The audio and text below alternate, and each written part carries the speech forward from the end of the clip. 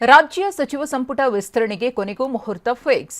99% ಸೋಮವಾರವೇ ಪ್ರಮಾಣ ವಚನ ಎಂದ ಸಿಎಂ ಡಿಕೆಶಿ. ಶಾಸಕ ವಿನಯ್ ಕುಲಕರ್ಣಿಗೆ ಜಾಮೀನು, ಬೇಲ್ ವಿರೋಧಿಸಿ ಸುಪ್ರೀಂ ಕೋರ್ಟ್ಗೆ ಹೋಗ್ತೀವಿ ಎಂದ ಕುರುವರ್. ಇದೆಲ್ಲವನ್ನ ನೋಡೋಣ ರಾಜಕೀಯ ನ್ಯೂಸ್ ಟಾಪ್ 9ನಲ್ಲಿ. ರಾಜ್ಯ ಸಚಿವ ಸಂಪುಟ ವಿಸ್ತರಣೆಗೆ ಕೊನೆಗೂ ಮುಹೂರ್ತ ಫಿಕ್ಸ್ ಆಗಿದೆ. ಅಳೆದು ತೂಗಿ ಪಟ್ಟಿ ಸಿದ್ಧಪಡಿಸ್ತಾ ಇರುವ ಹೈಕಮಾಂಡ್ ಭಾನುವಾರ ಸಂಜೆ ಪಟ್ಟಿ ಕಳುಹಿಸುವ ಸಾಧ್ಯತೆ ಇದೆ. ಅದರಂತೆ ಸೋಮವಾರ ಬಹುತೇಕ ನೂತನ ಸಚಿವರ ಪ್ರಮಾಣ ವಚನ ನಡೆಯುವ ಸಾಧ್ಯತೆ ಇದೆ. ಈ ಬಗ್ಗೆ ಸುಳಿವು ನೀಡಿರುವ ಡಿಕೆ ಶಿವಕುಮಾರ್ 99% ಸೋಮವಾರವೇ ಪದಗ್ರಹಣ ನಡೆಯಲಿದೆ ಎಂದಿದ್ದಾರೆ. ಆದರೆ ಎಷ್ಟು ಜನ ಸಚಿವರು ಪ್ರತಿಜ್ಞಾವಿಧಿ ಸ್ವೀಕರಿಸುತ್ತಾರೆ ಎಂಬ ಗುಟ್ಟನ್ನ ಡಿಕೆ ಬಿಟ್ಟುಕೊಟ್ಟಿಲ್ಲ.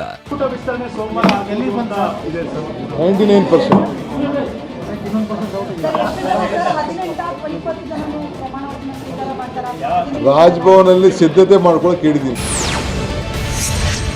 ಸಿಎಂ ಡಿಕೆ ಶಿವಕುಮಾರ್ ಮಾಜಿ ಸಿಎಂ ಸಿದ್ದರಾಮಯ್ಯ, ಬಿಕೆ ಹರಿಪ್ರಸಾದ್ರಿಂದ ಪಟ್ಟಿ ತೆಗೆದುಕೊಂಡ ಹೈಕಮಾಂಡ್ ಫೈನಲ್ ಮಾಡಿ ಕಳುಹಿಸೋದಾಗಿ ಹೇಳಿದೆ. ದೆಹಲಿಗೆ ಹೋಗಿದ್ದ ಶಾಸಕರೆಲ್ಲ ಬೆಂಗಳೂರಿಗೆ ರಿಟರ್ನ್ ಆಗಿದ್ದಾರೆ. ನಮಗೆ ಸಚಿವ ಸ್ಥಾನ ಸಿಗಬಹುದು ಎಂಬ ವಿಶ್ವಾಸದಲ್ಲಿದ್ದಾರೆ. ಸೋಮವಾರ ಕೊಡ್ತಾರೆ ಅಂತ ಭಾವಿಸ್ಕೊಂಡಿದ್ದೀವಿ. ಖಾತೆ ಗೀತೆ ಫಸ್ಟ್ ಮಂತ್ರಿ, ಆಮೇಲೆ ಖಾತೆ ಮಂತ್ರಿ ಆದಮೇಲೆ ಅಣ್ಣ 100% ಸೋಮವಾರ. ನನಗೂ ವಿಶ್ವಾಸ ಇದೆ, ನನಗೆ ಅವಕಾಶ ಸಿಗುತ್ತಾ ಅಂತ ನಾನು ವಿಶ್ವಾಸದಿಂದ ಇದ್ದೀನಿ.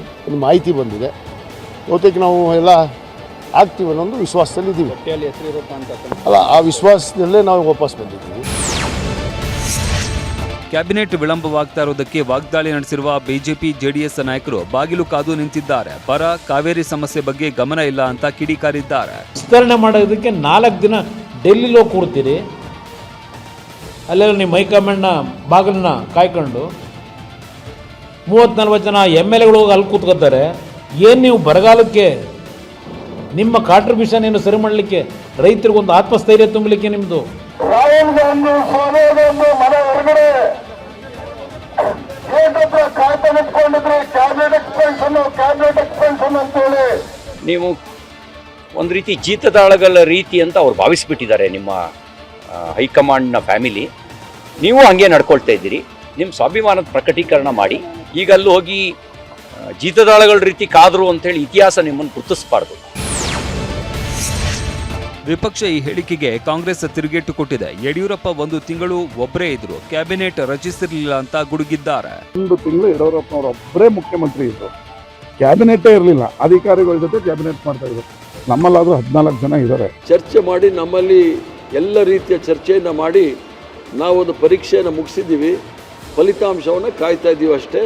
ಫಲಿತಾಂಶ ಅದು ಆದಷ್ಟು ಬೇಗ ಪ್ರಕಟಣೆ ಆಗುತ್ತೆ.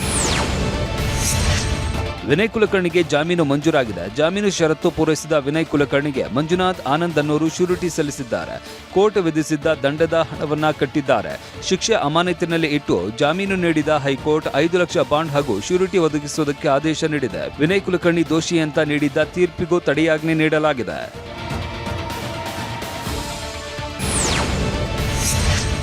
ಹೈಕೋರ್ಟ್ನಿಂದ ಷರತ್ತುಬದ್ಧ ಜಾಮೀನು ನೀಡಿದ ಬೆನ್ನಲ್ಲೇ ಪರಪ್ಪನ ಅಗ್ರಹಾರ ಜೈಲಿನಿಂದ ವಿನಯ್ ಕುಲಕರ್ಣಿ ಬಿಡುಗಡೆಯಾಗಿದ್ದಾರೆ.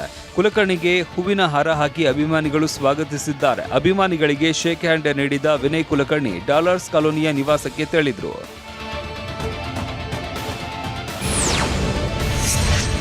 ಕುಲಕರ್ಣಿ ಪರವಾಗಿ ಹಿರಿಯ ವಕೀಲ ಸಿವಿ ನಾಗೇಶ್ ವಾದ ಮಂಡಿಸಿದ್ರು. ಸಿಬಿಐ ಪರ ಹೆಚ್ಚುವರಿ ಸಾಲಿಸಿಟರ್ ಜನರಲ್ ಎಸ್ವಿ ರಾಜು ವಾದಿಸಿದ್ರು.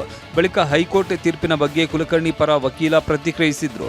ನಾವು ಸಲ್ಲಿಸಿದ್ದ 2 ಅರ್ಜಿಯನ್ನ ಪುರಸ್ಕರಿಸಿದೆ. ವಿನಯ್ ಕುಲಕರ್ಣಿ ಪಾತ್ರ ಇಲ್ಲ ಅಂತ ವಾದ ಮಾಡಿದ್ವು ಅಂತ ಹೇಳಿದ್ದಾರೆ. ಇನ್ನು ಹೈಕೋರ್ಟ್ ಆದೇಶ ಪ್ರಶ್ನಿಸಿ ಸುಪ್ರೀಂಗೆ ಹೋಗ್ತೇವೆ ಅಂತ ಹೋರಾಟಗಾರ ಬಸವರಾಜ್ ಹೇಳಿದ್ರು. ಈ ಪ್ರಕರಣದ ಹೋರಾಟ ಬರೀ ಇದು ಜನಪ್ರತಿನಿಧಿಗಳ ನ್ಯಾಯಾಲಯಕ್ಕೆ ನಿಲ್ಲೋದಿಲ್ಲ.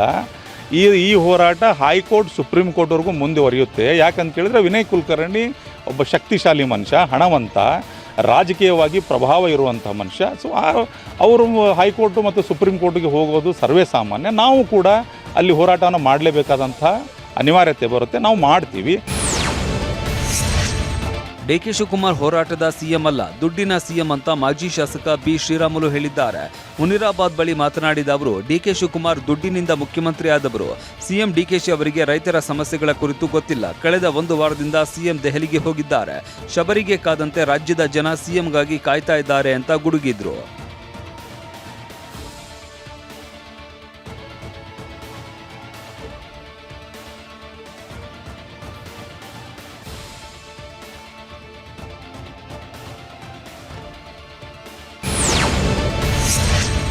ರಾಜ್ಯದಲ್ಲಿ ಮತ್ತೆ ರೈತರ ಆತ್ಮಹತ್ಯೆ ಪ್ರಾರಂಭವಾಗಿದೆ. ನೂರಾರು ರೈತರು ಆತ್ಮಹತ್ಯೆಯ ಹಾದಿ ಹಿಡಿದಿದ್ದಾರೆ ಅಂತ ಕೇಂದ್ರ ಸಚಿವ ಎಚ್.ಡಿ. ಕುಮಾರಸ್ವಾಮಿ ಹೇಳಿದ್ದಾರೆ.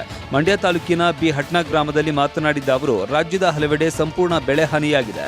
ಬೆಳೆ ಹಾನಿ ಪರಿಶೀಲನೆ ನೆಪದಲ್ಲಿ ಫೋಸ್ ಕೊಡೋದಲ್ಲ, ಹೊಲದಲ್ಲಿ ನಿಂತು ಫೋಟೋಗೆ ಫೋಸ್ ನೀಡಿ ಬರೋದಲ್ಲ, ನೊಂದ ರೈತರಿಗೆ ಆತ್ಮಸ್ಥೈರ್ಯ ತುಂಬುವ ಕೆಲಸ ಮಾಡಬೇಕು ಅಂತ ಹೇಳಿದ್ರು. ನಾನು ರಾಜ್ಯ ಸರ್ಕಾರ ಕೇಳ್ತಕ್ಕಂಥದ್ದು, ನೀವು ಮುಖ್ಯಮಂತ್ರಿನೋ ಮಂತ್ರಿನೋ ಯಾರೋ ಹೋಗಿ ಒಂದು ಹೊಲದಲ್ಲಿ ನಿಂತ್ಕೊಂಡು ಬಂದು ಫೋಟೋ ತೆಗೆಸ್ಕೊಂಡು ನಾವೇನೋ ನೋಡ್ಕೊಂಬಂದ್ಬಿಟ್ಟಿದ್ದೀವಿ ಅಂತ ಬರೀ ಫೋಸ್ ಕೊಟ್ಟರೆ ಆಗಲ್ಲ.